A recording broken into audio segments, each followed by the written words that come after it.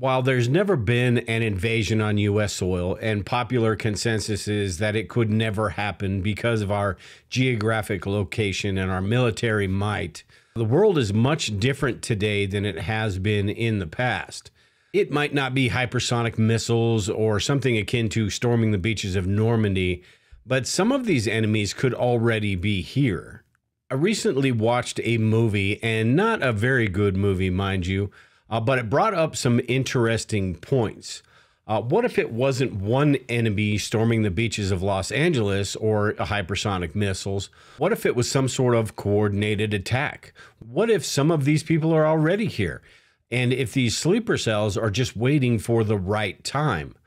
What if it was an attack from the inside out that took out critical infrastructure like the internet, the power grid, or the water supply, all these strategic locations? Are you prepared for a situation like that? Over the years, the United States has made a lot of enemies, and with what's going on at the border, do we really know who's in our country right now? Why wouldn't someone who wanted to inflict damage on the U.S. seize on a perfect opportunity like this? Is it that far-fetched to think that China, Iran, North Korea, Russia would all team up? After all, like the old saying goes, the enemy of my enemy is my friend. Regardless of whether you're talking about a full-fledged land invasion, a terrorist attack, or a coordinated first strike from the inside out, we made a lot of enemies around the world. Maybe all this means is a few of them teamed up. we need to be as prepared as we possibly can for events like these. So today I want to talk about 6 essential things that we need to consider when thinking about an invasion on U.S. soil. Now, keep in mind, like I said earlier, this doesn't mean it's a, missiles dropping or a full-fledged invasion on U.S. soil. It could mean a number of different things, and we need to be ready depending on how this situation unfolds. These 6 steps are also important to a number of different disaster scenarios. It's not specific to this one. Just like everything in preparedness, everything sort of overlaps as we go through these. So keep that in mind.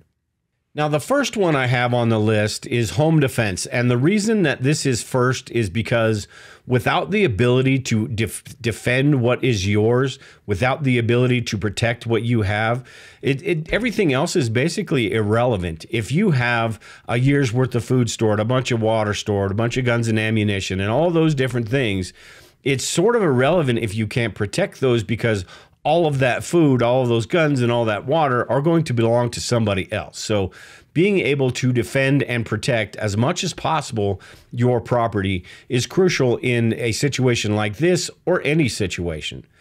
So what you want to think about is physical barriers, fortification, your perimeter security, all of those things that can be sort of deterrents. You're never going to be able to stop somebody or everybody 100% from getting into your home. If somebody wants something bad enough, they're going to get it. But we can deter them, and we can increase our chances with physical barriers, fortifications, perimeter security, all of those things. Now, perimeter security could be something as simple as a chain link fence, although the larger security fences are going to work much better. Wooden fences would work better. But anything you can do that doesn't leave your property wide open is going to add to your defenses. You've also got shrubs and bushes that have the thorns and things like those on there that could be, once they jump that fence, they run into a bunch of bushes and make it just a little bit harder. Anything that you can make your home look like it's going to be a pain and it's going to be a challenge, that is going to help you and give you maybe even just a little bit of lead time to get your ducks in a row. Also with perimeter security, you've got the tech side of things, the surveillance, the motion lights, all of these things that will alert you in the event that somebody is trying to get onto your property. Now, in a situation where the critical infrastructure has been taken out and maybe the grid's down, you may not have the ability to use some of these surveillance cameras that are hardwired in. So you would need to think of other options, maybe solar options, things that aren't tied to the grid. Now, you get sort of limited when it comes to those, but motion lights and floodlights, those are something that could very easily be done with a couple solar panels around the house. and turn on to let you know that somebody is there. There's also alarms, audible alarms and things like that. Here in our house, we have a few floodlights around the property. These days, it's usually a deer or an animal running through the yard, but the reason I put them up is to alert us in a situation like we're talking about today. Okay, so the next one I've got on this list is support groups. Ideally, you would want a M.A.G group, which is a mutual assistance group, but it isn't an option for most people. But a support group is absolutely necessary in an event like this or any disaster situation, because going it alone is not the best plan of action. And when you think about an enemy invasion or you think about enemy forces that may be coming through the neighborhood, if you are by yourself, you are severely limited in what you can do. With a support group, even if that is just a few neighbors that are looking out for each other, that can benefit you in a lot of different ways. First off, it's sharing the knowledge and skills. You may be really good at one thing, but you can't be really good at everything. And with a support group, you get those people that have different skill sets and different resources and have different ideas about how to approach different situations. So having a group of people that you can depend on will help you when you're planning for different situations like these. Also, and I think one of the most important aspects of a community or group is the security. Having a group of people that you can trust in a disaster situation is going to help you. You're going to have more eyeballs. You're going to have more input on what the security plan would be. So a mutual assistance group or just a community of neighbors can help you manage a situation, so you're not thinking about just your home security, you're thinking about neighborhood security. You're thinking, instead of your home perimeter, you're thinking about the neighborhood perimeter, and you're expanding yourself out, because with a group of people, you have the ability to do that. Having a group of people in this sort of situation, I think is really, really important. And this goes for all disaster scenarios. But in this situation, I think it's absolutely critical, because if you're talking about enemy forces running through your neighborhood, running through your town, the only option you have if you are alone, in my opinion, is to get out of the way, take off, hide. And that may be what you want to do regardless. But with a group of people, you have more input on the whole situation, and you can make a more educated decision about that, depending on who's in your group, that is. So the next one on my list is firearms and ammunition. And this, what you decide and what you choose really depends on a number of different factors. Are you choosing something? Are you thinking about this from a home defense perspective? Are you thinking about this from a larger perspective? So choosing what type of firearm and the ammunition is really a personal choice, but there are some things to factor into this. Shotguns are great for home defense and don't require as much training and precision as, say, a firearm would, a sidearm, or a rifle would. But again, you are sacrificing distance and accuracy with a shotgun. But in close quarters, a shotgun is a pretty good weapon.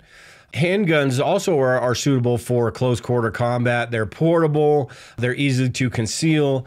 So handguns, semi-automatic pistols, revolvers, those are also firearms that you might want to think about. Now, I think of a sidearm as something in conjunction with. I wouldn't depend solely on that. So whether that's a shotgun or a rifle, which rifles are great for when you're in concealment or you're in cover. You've got a number of different customizations you can do with the rifle as far as scopes, infrared, a lot of different things that you can do with a rifle.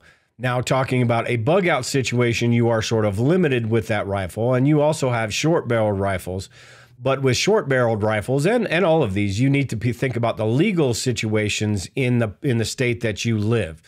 These days, it almost changes on a daily basis. So that's an important factor to consider when you're talking about firearms. In an event like the one we're talking about today, it's not probably that big of a deal. But before and until that happens, you need to make sure you're following the laws in your state. So the next one I have here is cash on hand. And cash is one of those things where it can be absolutely useless to you, or it can absolutely be a lifesaver. And I think in a situation like this, where you're talking about the critical infrastructure being down, enemy forces being on U.S. soil, I think that cash will be, at least initially, be something that you probably want to have some on hand. How much you have really depends on you and your situation. But if the grid is down, that means the banks are down. That means the ATMs are down. That means the cash registers at the store where you just slide your card are down. And you're going to need cash for in those different situations. So I think it's really important to have, whatever amount of cash you think is feasible. I think probably a few $100s. You could go more if you want. Keep in mind, the more cash you store, the more of a target you are for people that know you have that. But there could be situations, and we try to prepare as much as possible to not have to go to the store, not have to do these things that would put ourselves at risk. But there could be situations where that cash is necessary. Having small bills, so you don't have to give somebody $20 for a gallon of water or something like that. Making sure you have smaller bills that you can just pay with cash and not have to worry about getting your change back. So next on the list, and it seems like I talk about this in every single video I do, but that's water and water storage. You can go a few weeks without food. There are alternatives and options for just about everything in preparedness other than water. Now, when you're talking about a situation like this, you're probably thinking a month, 6 months, maybe even longer. So you're not talking about just the basic, emergency preparedness stash of water, a few gallons, maybe 25, 30 gallons.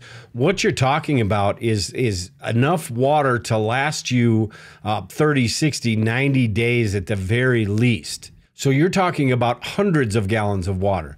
Now, for a lot of people, that's just not possible to store that much water. So we also need to be thinking about different ways to purify water, to clean water, where to find water in different places around your neighborhood, and how we would clean that.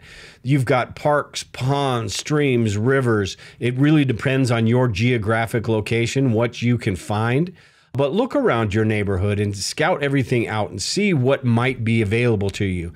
And then with that, think about how you might be able to clean that water, or if you're able to clean that water in the first place. There are some rivers and streams that run through urban areas where the water you may not be able to get chemicals and things like that out of the water, so that water source might not be viable for you. But there are other streams where maybe all you're thinking about is getting giardia or cryptosporidium or pesticides, things like that, that you can get out of the water, and those would be a viable water source for you. The next one here, we've got food storage, and this is one that gets talked about quite a bit in the preparedness community. Almost every website you go to is going to talk about food storage. But it really is a critical part of your preparedness plan, because if the grid is down, if the critical infrastructure is affected, those grocery stores, those supply lines, even fuel getting to the gas station, all of those things are going to be affected, and that will affect your ability to go out. Even if you do have cash on hand, it will affect your ability to go out and get those things that your family needs. And the people that don't have these things, that haven't prepared their food storage and water storage, are going to be going out and looking places. And if they go to the store and the shelves are empty at the store, the next viable option is to go into somebody's home and take the food that they have, which all circles back to being able to protect the supplies that you have. Now, when it comes to food storage, it's the long-term, the shelf-stable foods. Canned foods are a great option. You've got the dried foods, food that will last a year or two, somewhere in that time frame, and even longer. You've got the 5-gallon bucket method, where you can put all sorts of different flour, different rice, different beans, different things in 5-gallon buckets that will store anywhere from 10 years to 25 years. You've got the pantry foods that are usually shelf stable for a year or so. So those, as long as you're rotating through those will be a viable option as well. So just think about all of the different types of food that have a really long shelf life that can store easily. Figure out where you can store those in your house. and build up a stockpile as much as you can. My recommendation is at the very minimum, have 30 days worth.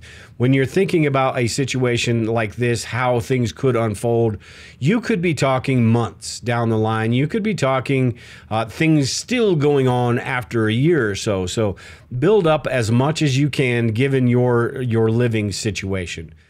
When it comes to storing foods too, the nutrients are really important when you're talking about a situation like this, which would be long-term survival. If it's something short-term, a natural disaster, not really a big deal about what sort of nutrients are in your food. But when you're talking about months on end, you want to make sure in a situation like this, you're staying as healthy as you possibly can. You want carbohydrates like pastas, rice, oats, cereals, grains, legumes, basically is your energy source.